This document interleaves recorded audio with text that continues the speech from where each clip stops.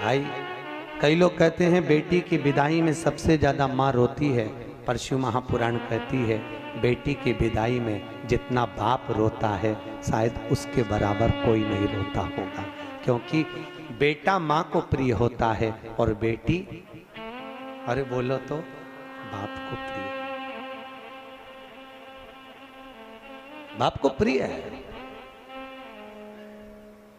कई बार बेटियां ऐसा शब्द बोल जाती, पापा मैं जा रही हूं, आपने मेरी शादी कर दी है, मैं दूसरे घर जा रही हूं, पापा पर आपकी बहुत याद आई, पापा सुनो तुम्हारा स्वास्थ्य ठीक नहीं रहता, शुगर बढ़ी रहती है, कुछ ले लिया करो दवाई। और बेटी जब घर से विदा होती है ना, केवल बेटी अगर घर से जाती है तो अपने पापा का मुख देखती है बार बार।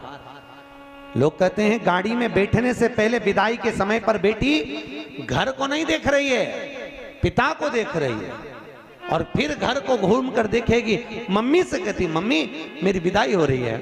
और आजकल तो होटलों से विदाई हो जाती है, धर्मशाला भवनों से, गार्डन से विदाई हो जाती है, पर बेटी अगर कहीं से विदा होना चाहती है तो अपने घर से, मम्मी एक बार मुझे घर और देख लेने दो, मेरे को आपने, मम्मी आपने मुझको दूध पिलाया है, कैसे पाल पोस कर बड़ा करा माँ, पर बेटी बड़ी हो गई और दूसरे के घर ब्याह कर जाती होगी, उस माँ का कलेजा कितना रोता होगा जिसको पाल पोस कर बड़ा करा और दूसरी जगह भेज दिया। एक बूढ़ी से बूढ़ी माँ भी होती है ना, उसको भी त्योहार पर अपने मायके की याद आती है, वो भी अपनी बहू से कहती है मेरे 4 भाई हैं, 4 राखी धर दे मेरे भतीजों के लिए रख दे। मम्मी वो राखी पहुंचेगी नहीं तो, इतने में बूढ़ी से बूढ़ी माँ भी कहती है रख दे तू, वो पहुंच जाएगी मुझे उम्मीद है। और बूढ़ी से बूढ़ी माँ भी, जब माँ बाप जिंदा रहते हैं ना तब तक, माता पिता अगर जिंदा हैं तब तक बूढ़े से बूढ़े व्यक्ति को भी अपनी माँ की याद आती रहती है। बेटियों की आंख में भले घर में व्यस्त रहती है, पर जब जब मायके जाती है तो बूढ़ी बूढ़ी माँ अपनी बेटियों को गले लगा कर कहती बहुत दिन हो गए रे, तू आती क्यों नहीं है? मम्मी बहुत फैला रहा है, घर में काम सरता नहीं, बहुत साथ है। भाई माता पिता जब चले जाते हैं ना तब बेटियां मायके आना कम करती हैं, अब नहीं आती। भाई और भाभी कहते हैं जीजी क्यों नहीं आती? भैया पापा की बहुत याद आती है। और माँ बाप से निवेदन है अपनी बेटी को कभी दूर गांव मत बिहाओ, बहुत दूर भेज देते हो भाई, वो मुंह देखने के लिए तरस जाती है। कई कई माँ बाप तो, कोई पड़ोसी भी जाता है ना उसके साथ भी झोला रख कर भेज देती है, माँ आज पड़ोसी जा रहा है, अपने पति से कहती है सुनो जल्दी जाओ, जल्दी से बेसन ले आओ, मैं लड्डू बना देती हूँ, मेरी बेटी को बहुत अच्छे लगते हैं, और तिल्ली की गजक अच्छी लगती है, जाओ। और अपने यहाँ वो हलवाई की दुकान है ना उसके यहाँ से सामान लिया, उसको यहाँ के सेव बहुत अच्छे लगते हैं, जाओ। और कोई जा रहा हो बेटी के घर, पूरा झोला बांध के उसमें रुमाल बांध कर माँ उस थैली को तैयार कर कर दे देती है और कहती है मेरी बेटी को दे देना, कहना अब की बार कोई आ नहीं पाया।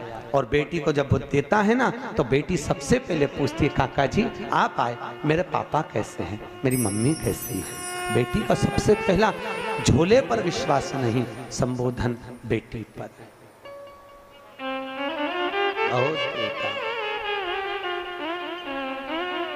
यहाँ भी मेरी बहनें बैठी हैं, माताएं बैठी हैं, जीजियों ईमानदारी की बात है, कैसे आप लोग अपना घर छोड़कर आते होगे, दरवाजे को जब देखते हो, और कई बार अपने खिलौने के कमरे में भी जाते होगे। अभी भी शादी होने के बाद भी आपको अगर मायके की याद आती होगी ना तो पापा के साथ बैठकर खाई हुई वो रोटी जरूर याद आती हो, मम्मी गरम गरम उतार के देती जाती है और तुम्हारी थाली में लाकर देती है, और तुम कहती हो मम्मी पेट भरा गया, एक और खा ले, एक और ले ले, मैंने तेरे लिए बनाई, थोड़ी सी मोटी कर दी है।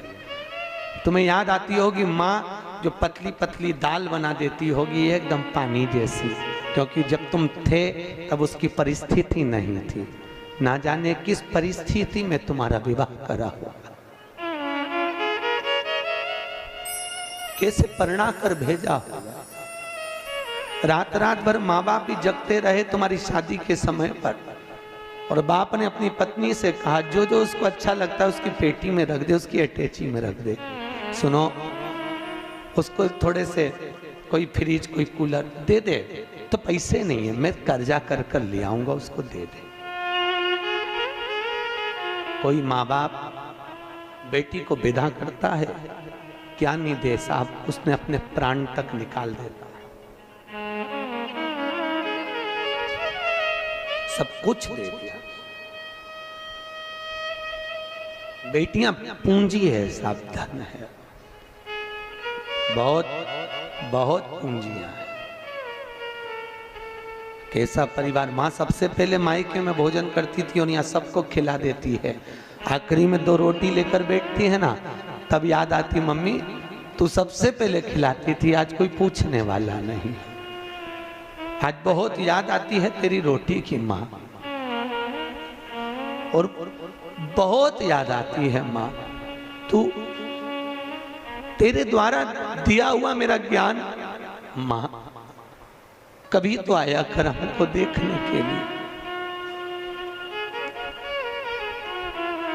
कभी तो हमारे दरवाजे तक पहुंचा कर। और माँ जब मायके बेटी के ससुराल जाती है ना, और बेटी को सबसे पहले देखकर कहती कितनी दुबली हो गई तू, कुछ नहीं पाया, ले मैं बना दूं क्या? नहीं मम्मी, वहां आती हो तुम खिलाती हो ना, आज मैं तुमको बनाकर खिलाती हूँ। माँ आंख में आंसू भरकर रोती हुई बिलखती हुई बेटी को देखकर कहती है कितनी प्रपंच में पड़ी है। इधर सास मुंह बना रही होती है, उधर ननद मुंह बना रही होती है, पति का मुख चढ़ा हुआ होता है, सबको भोजन परोस देती है, सबके लिए कर देती है, पर अकेली रसोई घर में जब भोजन करने बैठती है तब मायका याद आ जाता, तब रो लेती है। नहीं सहन होता तो कमरे में चली जाती है, और जाकर एकांत में जब मायके पहुंचती है, पापा पूछते हैं कैसी है रे तू? पापा मैं अच्छी हूं। कितना दिल में दर्द लिए हुए, कितना दुख लिए हुए, कितनी तकलीफ लिए हुए बेटी अपने जीवन का निर्वाह करती है, अपने जीवन। भाई दक्ष प्रजापति की कथा कह रही है, दक्ष प्रजापति ने सती को अपने यहाँ रखा, हिमालय राज ने पार्वती को रखा, जनक जी ने सीता को रखा। जब तक बेटी घर में रहे तो समझना भगवान की करुणा है, और खूब प्रेम से रखो। ना जाने उसके किस्मत में, उसके भाग्य में तुम करोड़पति का घर भी देख कर दे दोगे तो ना जाने क्या उसकी किस्मत है और कितना उसको मिलना है। ये उसका भाग्य है, उसका भाग्य उसके साथ है, किस्मत उसकी अपने साथ है। आप बहुत अच्छा देख कर देते हो कोई माँ बाप, हम तो कहते हैं बेटी लक्ष्मी और गाय गौ माता 50 बार विचार कर कर देना कि ये किसको दे रहे हैं। बेटी को देने से पहले 50 बार विचार करो ये लड़का इसके लायक है कि नहीं। गौ माता को, ब्राह्मण को जब दान करो तो कहते हैं लोग हम हमारे पिता के निमित्त से गाय का दान दे रहे हैं। गाय का दान तुम ब्राह्मण को दे रहे हो, ब्राह्मण को दिया